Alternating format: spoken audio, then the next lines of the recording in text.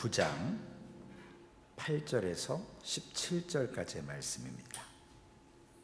우리 이사야 9장 8절에서 17절의 말씀, 우리 다 같이 함께 하나님의 말씀을 함께 읽습니다. 주께서 야곱에게 말씀을 보내시며 그것을 이스라엘에게 임하게 하셨은즉 모든 백성 곧 에브라임과 사마리아 주민이 알 것이거늘 그들이 교만하고 완악한 마음으로 말하기를 벽돌이 무너졌으나 우리는 다듬은 돌로 쌓고 뽕나무들이 찍혔으나 우리는 백향목으로 그것을 대신하리라 하는도다. 그러므로 여호와께서 르신의 대적들을 일으켜 그를 치게 하시며 그의 원수들을 격동시키시리니 앞에는 아람 사람이요 뒤에는 블레셋 사람이라. 그들이 모두 입을 벌려 이스라엘을 삼키리라. 그럴지라도 여호와의 진노가 돌아서지 아니하며 그의 손이 여전히 펴져 있으리라.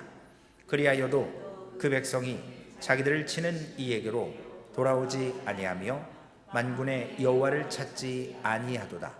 그러므로 여호와께서 하루 사이에 이스라엘 중에서 머리와 꼬리와 종려나무 가지와 갈대를 끊으시리니 그 머리는 곧 장로와 존귀한 자요 그 꼬리는 곧 거짓말을 가르치는 선지자라. 백성을 인도하는 자가 그들을 미혹하니 인도를 받는 자들이 멸망을 당하는도다.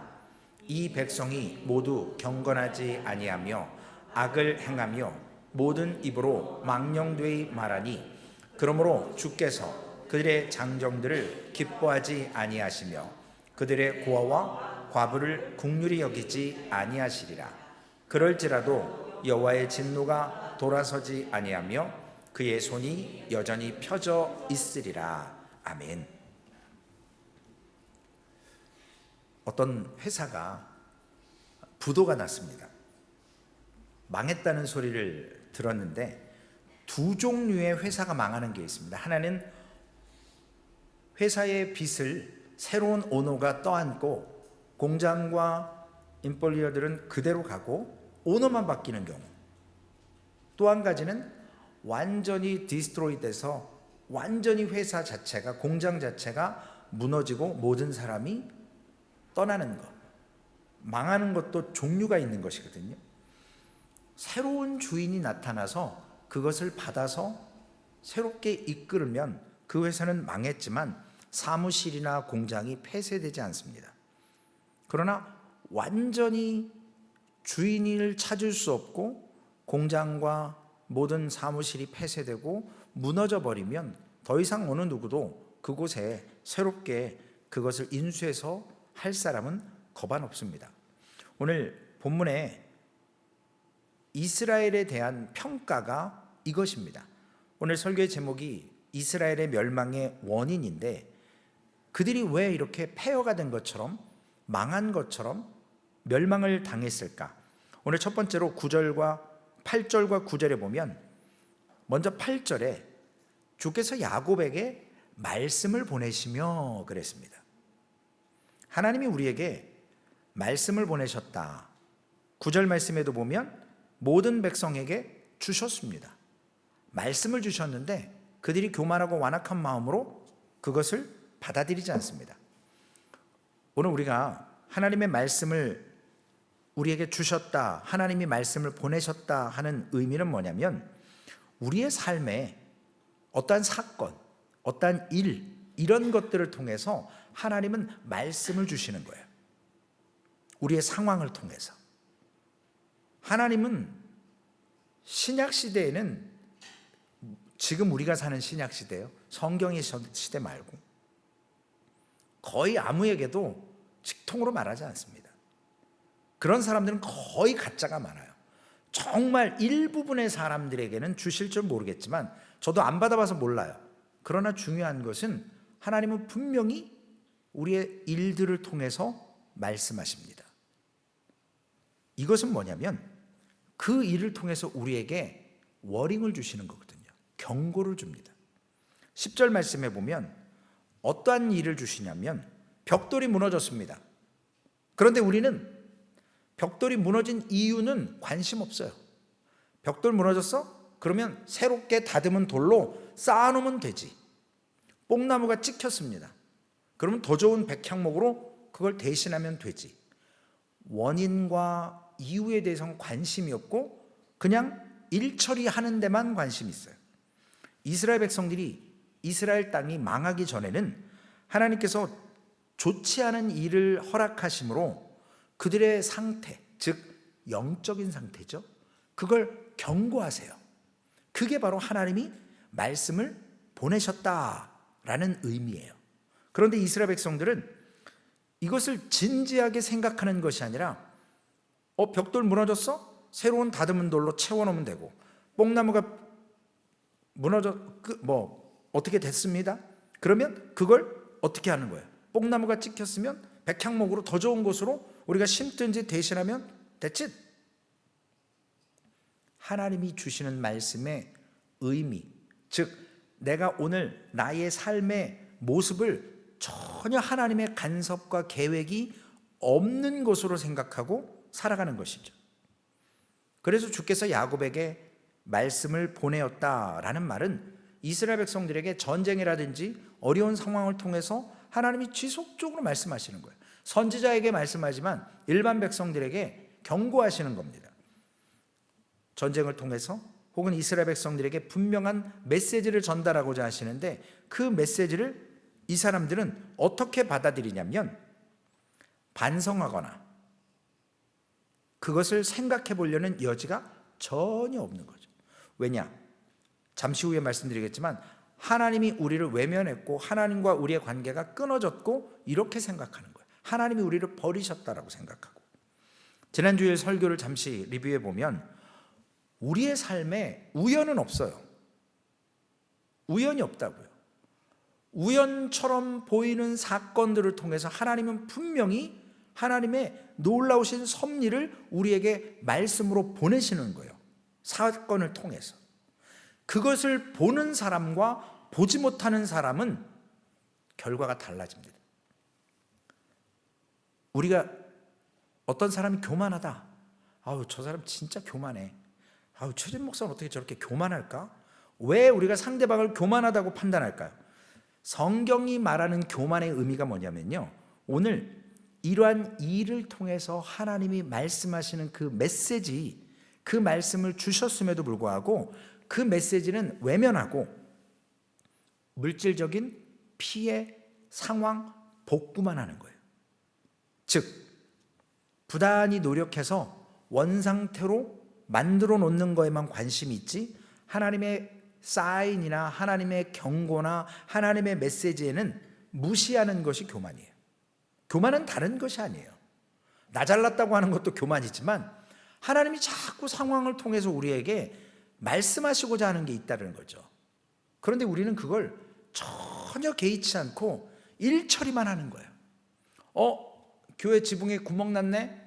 그러면 그냥 구멍을 때우면 끝이에요. 근데 하나님은 물론 소소한 것까지는 아니지만 왜 구멍이 나게 했을까? 교회에 하필이면 그것도 주일날. 그럼 한 번쯤 생각해 보는 거예요. 어떻게 생각하는 거죠? 하나님이 나에게 혹시 뭐라고 말씀하실 게 있나? 혹시 내가 뭔가 하나님 앞에 어떤 경고를 받을 것이 있는가? 한 번쯤은 그리스도인이라면 모든 것에 그렇게 생각하면 우리가 살 수는 없겠지만, 예를 들어서 공장에 불이 났습니다. 안에 있는 게 모두 다 타버렸어요. 그러면 조금이라도 신앙이 있는 사람은 하나님, 인간적으로 보면 화가 나고 기분 나쁘고 이거 어떻게 합니까? 라고 생각할 수 있지만, 하나님, 이 화재를 통해서 하나님 저에게 무슨 사인을 주시는 거 아닙니까? 라고 기도해 보는 거예요. 하나님 앞에 서보는 거예요. 그러면 당장은 아니지만 하나님이 시간을 두고 우리에게 그것을 깨닫게 하십니다. 그런데 어떤 사람들은 인슈런스가 들어있으니까 내가 최대한 많이 인슈런스를 받아내는 데만 목적이 있는 사람이 있어요. 물론 그거 정당한 거니까 그렇게도 해야 되지만, 믿음의 사람이라면 앞에 걸 먼저 염두에 두고 뒤에 거는 당연히 인슈런스 커버로 해결해야죠. 그러나 앞에 건 전혀 생각하지 않고 한 푼이라도 더 받아내서 내 이익 사리사욕을 채우려고 하고 이번 참에 내가 한번 그래 좀 돈을 많이 받아내서 한번 잘해보자, 이런 마인드는 하나님께 전혀 도움이 되지 않는다는 거죠. 우리에게도 마찬가지입니다. 이것이 교만이에요. 모든 관심이 하나님께 있지 않고 내 일에 있을 때, 우리 성도님들에게 하나님께서 마음에 감동을 주시고 어려운 상황 가운데서 오늘 찬양의 가사처럼 우리가 상황 속에서 상황에 휘둘리지 않고 예배자로 서야 되는 게 진짜 그리스도인이잖아요. 지난주 설교처럼 부득이하여 사무엘이 안 와요. 지금 백성들은 다 흩어지고 블레셋은 지금 쳐들어오려고 딱 전열을 가다듬고 사울은 급한 거예요. 이놈의 사무엘, 이거 선지자 빨리 와야지, 늙은 노망탱이 이거 지금 왜 오지도 않고, 죄송해요 제가 막 말을 했어요. 빨리 와야지 왜 안 와가지고 백성들이 흩어지고, 그러니까 부득이하여 지가 예배를 드린단 말이죠. 하나님이 선지자와 왕과 제사장을 구별해 놨습니다. 현대에도 뭐 상권 분립이 있듯이 구별해 놨어요. 그런데 그걸 넘어가 버려서 사울이 결국은 부득이했지만 하나님께서 그 일로 인해서 사울에게 왕위가 영원하지 못할 것이라고 사울 때에 끝나게 하시는 하나의 그런 메시지로 사용을 하십니다. 오늘 우리는 이러한 상황을 통해서 이스라엘 백성뿐만 아니라 우리의 상황을 봐야 돼요. 우리에게 일어나는 크고 작은 일들을 통해서 하나님이 말씀하시는 것이 무엇일까? 이것이 혹시 경고일 수도 있고, 이것이 나를 통해서 나를 연단시키는 것일 수도 있고, 이러한 것들을 하나님 앞에 여쭙는 시간이 되어야 된다는 거죠. 그러나 피해 보상받는 거에만 목을 매면 그것은 교만한 것이고 하나님의 말씀을 무시하는 것이고 그것은 그리스도인이라고 볼 수 없게 됩니다. 오늘 이스라엘은 어떤 나라죠? 하나님이 선택한 나라예요. 이스라엘이 하나님보다 세상을 좋아해서 세상을 따라가다 보니까 결국 어떻게 됐습니까? 남북이 갈라지게 되고 북이스라엘 먼저 망하고 나중에 남유다가 망합니다. 그리고 다 디아스포라로 포로로 잡혀가서 나중에 다시금 돌아오게 되고 또다시 그들이 디아스포라가 됩니다. 믿는 사람들 모습 속에서는 우리의 기준과 관점이 뭐가 돼야 됩니까? 신앙 좋은 사람이 있다고 하면, 교회 어른이 있다고 하면 나도 저런 분처럼 저런 신앙을 소유해야지 라고 하는 마음이 있어야지, 나 진짜 그런 마음은 없고 어떻게 하면 저 사람처럼 저렇게 돈을 벌 수 있지? 물론 돈 버는 거 중요해요. 필요해요. 그러나 우선순위가 있다라는 거예요. 하나님 앞에 어떤 것을 본을 삼을 거냐는 거죠. 눈에 보이는 것만을 본을 삼을 거냐는 거예요. 여러분, 2주 전의 설교처럼 보이는 권력과 보이지 않는 권력, 어느 것이 더 파워가 있어요? 당장은 눈에 보이는 권력이 파워 있어 보여요. 거기에 사람들이 모여요. 그러나 그 보이지 않는 하나님의 힘이 보이는 권력에게 잠시 힘을 이양해 줬을 뿐이에요. 진짜 주권자는 보이지 않는 하나님의 힘에 있다고요. 우린 그걸 믿는 것을 믿음이라고 얘기합니다. 그런데 오늘 하나님께서 이와 같은 것을 경고해 주셔서 너희들 교만하지 말아라 라고 말씀하시는 거예요. 사람은 먹고 사는 것으로 만족하면 짐승이나 별반 다름이 없어요.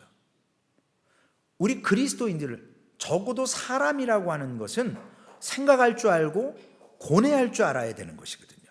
그러므로 인해서 때로는 우리가 식음을 전폐하더라도 하나님의 말씀에 집중할 수 있을 기회가 있어야 된다는 거죠. 요셉 때에 애굽왕 바로가 꿈을 꾸지 않습니까?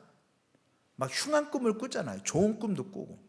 근데 그 믿음 없는 그 사람도 이건 분명히 신이 나에게 주신 사인이라는 걸 알았어요.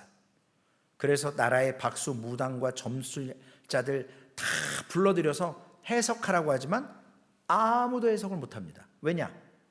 하나님이 주신 영의 눈을 가지고 하나님과 연결된 말씀을 가지고 풀어야 되는데 이 사람들은 다 우상을 섬기는 사람들이잖아요.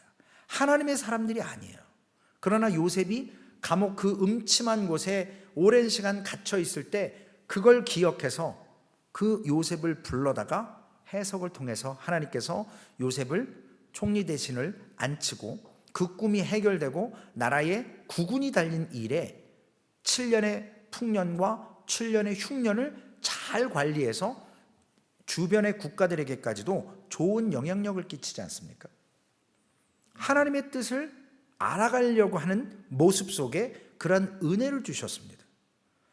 우리가 오늘 이런 질문을 해봐야 돼요. 신앙생활을 하면서 내가 도대체 무엇 때문에 살고 있을까? 하나님이 내게 인생을 허락하셨는데 오늘 이 인생에 무엇을 위해 내가 사는가? 그 목적이 분명해야 된다는 거죠.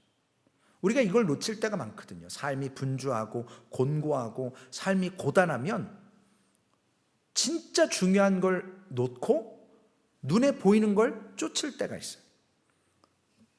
이러한 갑작스러운 우리가 겪는 어떤 파산이나 질병이나 사랑하는 사람과의 사별이나 이별, 이런 걸 통해서 하나님은 우리에게 도전적인 질문을 던지시는 거예요. 너 왜 사니? 허망한 거야. 봐라. 물질 후 불면 없어져. 봐라. 건강하다고 그랬지만 인생 하나님께서 데려가시면 끝이야. 근데 너 어떻게 살래? 본보기로 보여주시는 거예요. 그분들이 잘했다 잘못했다 이런 것이 아니라 하나님이 내게 무엇라 말씀하시는지 그 질문의 의도를 우리는 알아야 됩니다. 한국 사람들은 기복신앙이 많아요. 복 받는 거에 대해서 되게 이렇게 열심히 세요. 우리가 복을 받으려면요 어떻게 해야 되죠? 복 받을 자리에 앉아 있어야 돼요. 복 받을 행동을 해야 돼요. 하나님을 기쁘시게, 감히 어떻게 기쁘시게 할지 모르겠지만 예배로, 삶으로 하나님 앞에 돌아설 때 하나님은 우리에게 놀라운 은혜를 주십니다. 제가 예전에 한국에서 손님이 오셔서 한 7시간인가 운전해서 나야가라 폭포인가를 처음으로 가봤어요. 그 앞에 갔더니 그 어마어마한 물이 그냥 막 폭포로 떨어지는데 나중에 밑에 이제 배를 타고 이렇게 우비 쓰고 내려간 적이 있어요. 와, 저거 맞으면 죽겠다. 떨어지면 죽겠다. 근데 예전에 한번 어떤 아이가 거기에 떠내려갔어요. 사람들이 뭐 막 발을 동동 구리고 부모가 그러지만 구조대가 오기 전에 뭐 물살이 워낙 세니까요. 결국 죽습니다. 안에 소용돌이에 의해서. 우리가 배를 타고 가다가 낭떠러지가 있고 폭포가 있는데 만약에 배가 고장이 났습니다. 어떻게 해야 돼요? 이 배 비싸다고 같이 빠져 죽을 거예요? 배를 버려야죠. 그 안에 있는 모든 짐 버려야죠. 배에서 뛰어내려서 최대한 가까운 육지로 어떻게 해서든지 뭘 짚고든 어떻게 하든 뭐 구조 요청하는 것뿐만 아니라 방법을 세워야죠. 이게 재산이고 좋다고 같이 죽을 거냐고요. 이 삶이 더 중요한 것인데 엄청난 그런 휘몰아치는 폭포 앞에서 같이 휩쓸려 가면 안 된다고요. 버려야 될 건 버려야 돼요. 정말 지켜야 될 걸 지켜야 됩니다. 예수님께서 성경에 이런 말씀 있잖아요. 키 작은 삭개오, 세리, 당시 로마의 앞제비들로 징수했던 모습으로 좋지 않은 시선이 있었지만 이 삭개오의 집에, 삭개오가 예수님을 보고자 했던 나무에 올라갔던 그 열심처럼 예수님이 그의 마음을 알고 내가 오늘 너의 집에 유하겠다. 많은 사람들이 손가락질합니다. 저 죄인의 집에 왜 예수님이 가시는지 아무도 모르죠. 그러나 우리는 말씀을 알잖아요. 그의 삶을 하나님이 구원하시기 위해서. 그가 뭐라고 그러죠? 예수님 아무 말씀 안 하셨어요.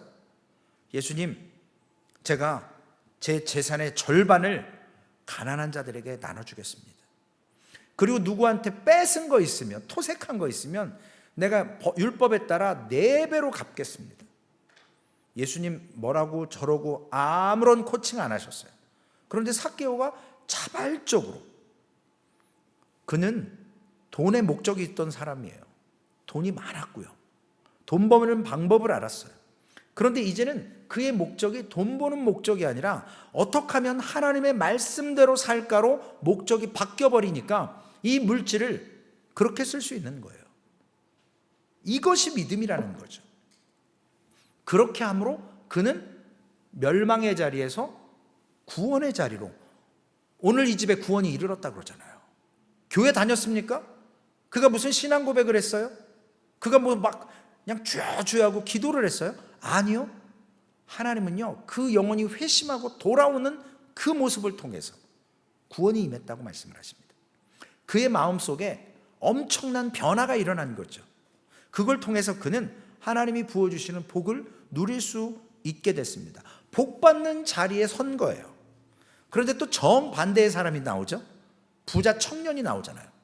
이 사람도 자발적으로 주님 앞에 나와서 내가 어떻게 해야 영생을 얻으리까? 그런데 예수님은 삭개오와 달리 이렇게 프리칭을 하시죠. 어떻게 해요? 내가 갖고 있는 소유 다 가난한 자들에게 나눠주고 나를 따르라. 고민되는 거예요. 삭개오처럼 자발적으로 깨닫고 하면 할 수 있어요. 근데 우리 사람의 본심이 그래요. 저도 늘 그런데 누가 저더러 이래라 저래라 하면 상당히 기분 나빠요. 뭔데 나한테 이래라 저래라지? 내가 한두 살이야? 나도 살 만큼 살았는데? 나도 지식이 있는데? 심지어는 사모가 저한테 뭐라고 이래라 저래라 해도 기분 되게 나쁠 때 있어요. 제가 삐딱선을 탈 때는. 평상시에야 기분 좋게 그래 이러지만 저도 사람인데 안 좋을 때는 그런다고요. 마찬가지로 이 부자 청년은 예수님의 말씀 속에서 자기가 영생에 대해서 궁금했고 영생을 어떻게 얻느냐, 그래서 방법을 가르쳐 준 거예요. 재산 다 팔아서 주고 나를 쫓으라. 그러면 영생이 있을 거라. 고민하며 집으로 돌아갔어요. 영생을 얻습니까? 못 얻어요. 왜냐? 눈에 보이는 이걸 못 놓는 거거든요. 영원한 것을 소유하기 위해서는 눈에 보이는 건 내려놓을 때 하나님이 영원한 것뿐만 아니라 이 세상적인 것도 다는 아니지만 하나님께서 은혜로 부여해 주실 때가 있습니다. 우리가 이러한 사건을 통해서 진지해져야 될 때가 필요합니다. 내 길을 우리가 왜 교만하냐면요, 내 스타일 바꾸고 싶지 않다는 거예요. 내가 살 만큼 살았고 나의 길이 있는데 왜 나한테 이래라 저래라야. 이 말은 뭐냐면요, 내 그냥 길 가겠다라는 거예요. 나 건들지 말라라는 거예요. 나 이대로 살다 죽게 냅둬, 이런다라는 거예요. 이게 인간의 모습이거든요. 그런데 오늘 하나님께서는 우리에게 진지하게 삶의 목적이 무엇이며 누군가를 통해서 우리에게 조언하고 하는 것은 그 길에서 바꿀 수 있는 기회를 부여해 주시는 겁니다. 우리가 완전히 회복되어야, 늘 사람들은 그래요. 내가 죄 지은 거 다 회개하고 내가 누릴 거 다 누려보고 내가 나중에 죽기 직전에 예수님 믿겠다고 하는 사람들이 있어요. 제가 속으로 그래요. 안 돌아올걸? 아마 그러다 죽을걸? 말은 차마 못하지만 그런 분들 회개하고 돌아오기 어려워요. 왜요? 인간의 욕심으로 할 만큼 다 하고 누릴 거 다 누리고 마지막에 죽기 전에 예수 영접한다고요? 한편의 강도처럼? 그런 도둑놈의 심보가 어디 있어요? 그건 신앙이라고 볼 수가 없어요. 한편 강도는요, 정말 성경의 유일무이한 케이스예요. 그런 걸 우리는 바라면 안 돼요. 하나님은 우리에게 생명을 주시고 삶을 주신 이유가 뭐냐면, 오늘 11절 12절 말씀을 보시겠습니다. 하나님은 우리에게 그러므로 여호와께서 르신의 대적들을 일으켜 그를 치게 하시며 그의 원수들을 격동시키시리니 앞에는 아람 사람이요 뒤에는 블레셋 사람이라. 그들이 모두 입을 벌려 이스라엘을 삼키리라. 그럴지라도 여호와의 진노가 돌아서지 아니하며 여호와의 손이 여전히 펴져 있으리라. 여호와의 진노가 여전히 있을 거라는 거예요. 이 말은 뭐냐면 이스라엘 백성들은 어떤 생각을 했냐면, 아이고 하나님 우리 이제 포기하셨군요. 우리가 하도 죄짓고 안 돌아서니까 그래 그렇게 살다 죽어라. 그리고 포기하셨다라고 착각하는 거예요. 그러나 하나님은요, 우리를 그렇게 쉽게 택하지도 않았지만 쉽게 포기하지도 않는 하나님이십니다. 오늘 보세요. 르신과 동맹해서 잘 지내려고 했는데 갑자기 뜬금없이 수리아가 튀어나와요. 수리아보다 더 무서운 그 뒤에 또 다른 나라가 나와요. 블레셋이 있어요. 이것만 피하면 살 것 같은데 하나님은 그 하나로 안 끝내요. 깨닫고 회개하고 돌아올 때까지 1단계 어라 안 돼, 2단계 이거 갖고 안 돼, 더 매운맛. 왜요? 포기하지 않으시기 때문에 그래요. 소돔과 고모처럼 한 방에 그냥 없애버리면 하나님의 진노로 그냥 끝, 그러면 깨끗하죠. 그러나 사랑하시기 때문에 한 영혼이라도 회개하고 돌아오기를 원하시는 거예요.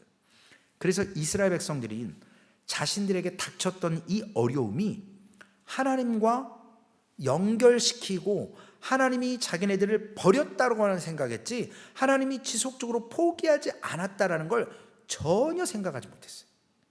왜냐하면 그들은 이미 오래전에 자신들이 소유했던 신앙을 팔아먹었기 때문에 그래요. 하나님이 포기하셨다라고 생각합니다. 여러분, 우리가 신앙생활하면서 저도 가장 두려울 때가 언제인 줄 아세요? 어떤 시험이나 고난이나 성도님들과 기도하면서 기도 제목이 있을 땐 It's okay, 괜찮은 거예요. 목회할 만해요. 그런데 교회가 무풍지대처럼 바람도 없고 문제도 없고 삶의 곤고함도 없고 평온할 때가 목회자는 제일 두려워요.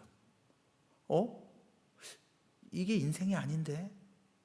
마라도 있고 엘림도 있어야 되고 분인나도 있어야 되고 이게 격동시켜야 되고 부득이한 일도 일어나야 되는데 왜 이렇게 이지하지? 그럴 때 조심해야 되거든요. 하나님의 심판이 임할 거라는 그런 두려움이 올 때가 있어요. 왜요? 하나님은 우리에게 자꾸 어려움을 주신다는 건 우리를 포기하지 않으셨다라는 거예요. 그러나 아무 사인이 없다는 건 나 이제 버림받았나? 이러한 생각을 들게 합니다. 그래서 무서운 것이 하나님의 간섭이 없을 때 우리는 두렵고 떨림으로 하나님 앞에 서야 됩니다. 믿음이 있는 사람들은 그러한 시간들을 기다릴 수가 없어요. 왜냐? 우리 신앙의 성숙을 위한 고난이 와야 되고 또 하나님 주신 그 고난을 견뎌냈을 때 주는 큰 기쁨을 가지고 또 살다가 또 신앙이 어느 정도 성숙되면 더 성숙되기 위해서 더 큰 고난이 오게 돼 있거든요. 이건 죽을 때까지 우리를 성숙시켜서 하나님과 교통할 수 있는 은혜를 주시기 위해서. 그런데 죄를 지어도 하나님께서 바로바로 징계를 안 해요.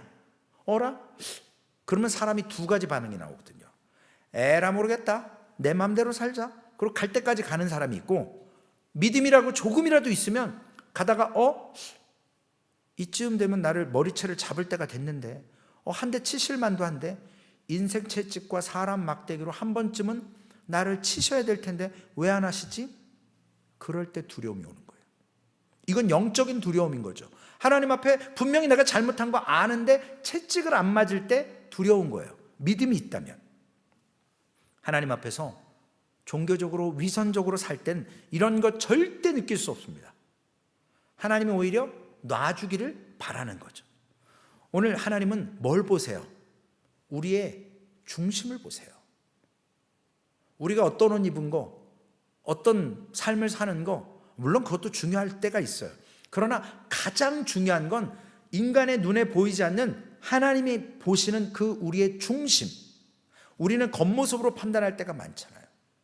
그러나 하나님은 우리의 마음을 보십니다. 중심을 보세요. 그래서 마음 중심에서 조금이라도 돌이킬 때 하나님은 그때 하나님이 일하시는 거예요. 아까 내게로부터 눈을 들어 주를 바라보게 하신 시선이라는 찬양이거든요. 모든 시선을 주님께 드리겠다고 하는 마음이 있으면 내 삶이 지금 몸이 완전히 주님께로 안 틀어졌어요. 그 방향이 설정이 안 됐어요. 삐딱하게 서 있어도 하나님께서 우리의 마음, 몸, 방향을 어저스트 하신다고요. 하나님께로. 그게 은혜입니다. 13절 말씀에 그리하여도 그 백성이 자기들을 치시는 이에게로 돌아오지 아니하며 만군의 여호와를 찾지 아니하도다. 하나님께서 이스라엘 백성들을 꼼짝 못하게 상황 속으로 집어넣으시는 이유가 뭐냐는 거죠. 제발 항복 좀 해라. 나한테 회개하고 돌아오라. 여호와를 찾지 않는다고 그러잖아요. 여호와를 제발 찾으라는 거예요. 그래서 하나님을 잊었다라고가 아니라 하나님은 절대 잊지 않았기 때문에 너희들이 잊었던 그 하나님을 기억해내라는 거예요. 그래서 12절 끝에 보니까 그럴지라도 여호와의 노가 쉬지 아니하며 그 손이 여전히 펴지리라. 하나님의 진노는요, 끝내 하나님께서 죄를 인정하거나 용납하거나 두둔할 수 없기 때문에 하나님은 진노하시는 거예요. 그 진노를 하셔야만 하나님은 우리를 사랑하신다라는 걸 드러낼 수 있고 우리가 회개할 수 있고 그걸 신약시대는 예수 그리스도의 십자가의 죽어주심으로 해결하시는 겁니다. 끝까지 우리가 죄에서 돌아서지 않을 때 하나님의 거룩한 성품이 이 죄와, 그래서 사도 바울이 그러죠. 육신의 법과 생명의 성령의 법이 날마다 내적 갈등을 유발시킨다고 그러잖아요. 하나님 앞에 겸손해야만 우리는 더 많은 것을 누릴 수 있고 얻을 수 있습니다. 물론 얻으려고 누리려고 겸손한 건 아니지만 하나님은 긍휼을 베풀어 주시고 상한 심령을 통해서 이렇게 하나님 앞에 항복하는 사람에게 은혜를 주십니다. 14절에서 16절 말씀에 보면 이스라엘 백성들은 부도난 회사에 주인이 바뀌었고 폐허가 됐고 이런 부분에 있어서도 어느 한 부분에도 정착되지 못하고 그들은 여호와께서 하루 사이에 이스라엘 중에서 머리와 꼬리와 종려나무와 갈대를 끊으시리니 그 머리는 곧 장로와 존귀한 자요 그 꼬리는 곧 거짓말을 가르치는 선지자라. 백성을 인도하는 자가 그들을 미혹하니 인도를 받는 자들이 멸망을 당하는도다. 이스라엘은요 여러 차례 쿠데타가 있었어요. 예후도 그렇지만 많은 쿠데타가 있어서 실질적으로 중요했던 사람은 왕이기보다는 백성의 장로들이었어요. 왕은 바뀌지만 장로들은 안 바뀌었거든요.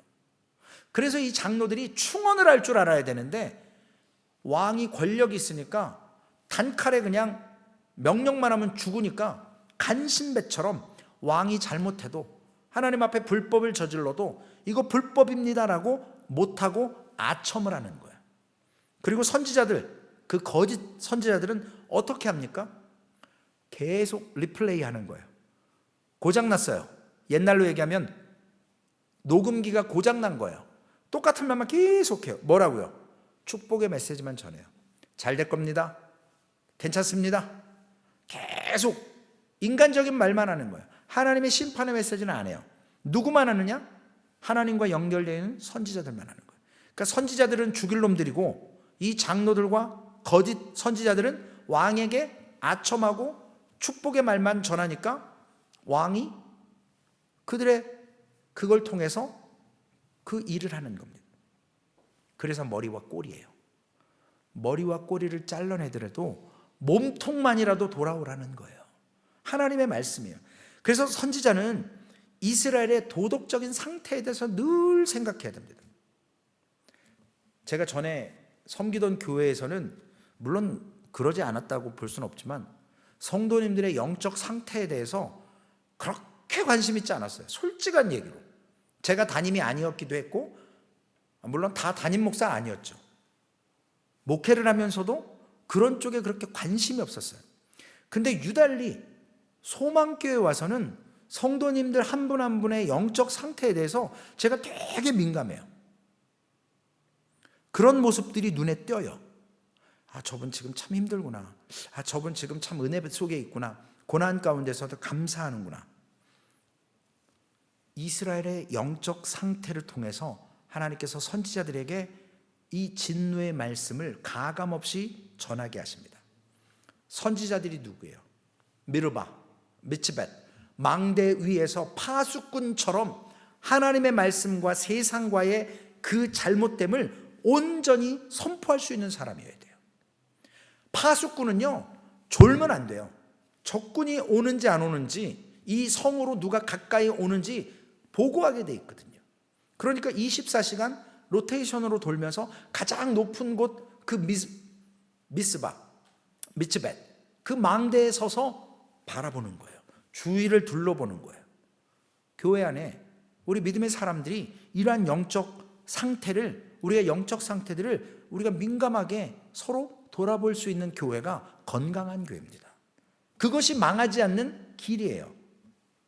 오늘 이스라엘은 한 사람, 두 사람이 타락한 게 아니고 이스라엘 전체가 타락해 버렸습니다. 완전 집단적으로 망한 케이스가 된 거죠. 한두 사람 물에 빠져 있으면 이제 저물에 들어가면 안 돼, 조심해야지, 돌아가신 유가족들이나 안타까움은 있지만 나머지 사람들에게 경고가 돼요. 그러나 집단적으로 몽창 학살을 당하면 증인이 없잖아요. 그래서 고대에는 전쟁이 일어나죠. 엘리 선지자도 그랬잖아요. 사울이 죽은 거 맞나요? 성경에 보면 이 꼭 패잔병 중에 한두 명의 증인이 살아서 그들이 와서 보고를 해요.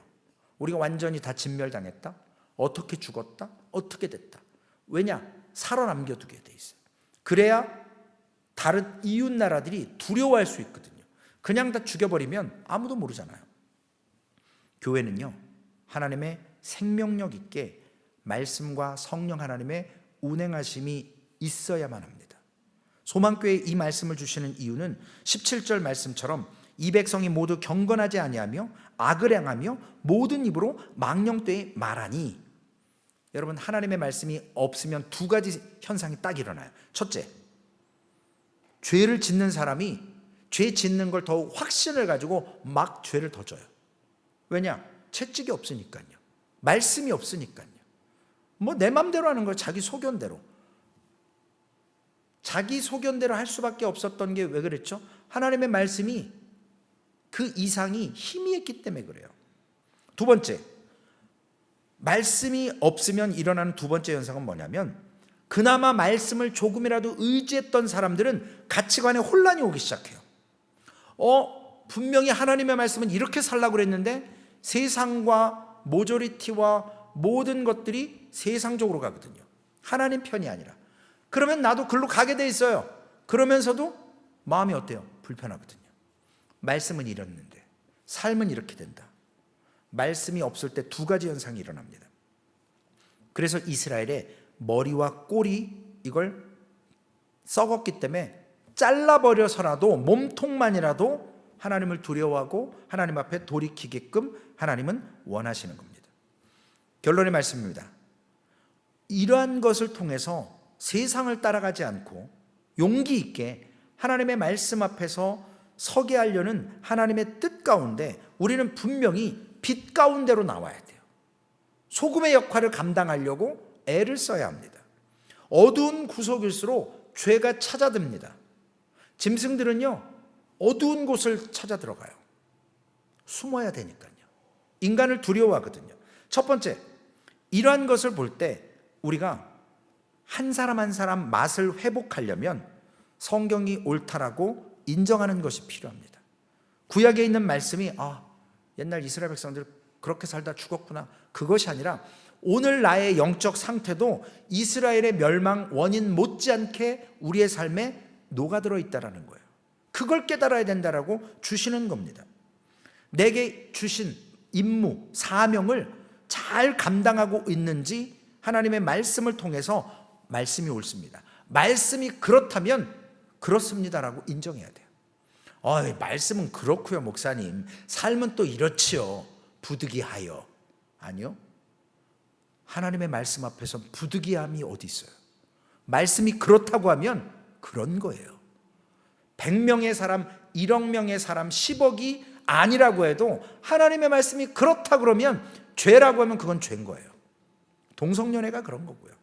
두 번째로, 멸망을 당한 세상이지만 하나님께서 이 땅의 사람들을 더 불쌍하게 여겨달라고 우리가 하나님께 간구해야 됩니다. 이분 나를 포함해서. 17절 말씀, 그러므로 주께서 그들의 장정들을 기뻐하지 아니하시며 그들의 고아와 과부를 긍휼히 여기지 아니하시리라. 장정들은요, 전쟁할 때 힘이 되는 사람들이에요. 보호해 주는 사람들. 고아와 과부, 이 사람들은 적어도 마지막 때까지도 보호받을 사람인데 그 사람들에게 긍휼이 없대요. 왜 그럴까요? 하나님이 조금만 더 불쌍히 여기시면 이러한 것들은 다 해결될 일들이에요. 그러나 원래 불쌍히 여김 받은 자지만 하나님이 진노하실 때는 불쌍히 여기지 않는다라는 거예요. 왜요? 돌아서지 않기 때문에.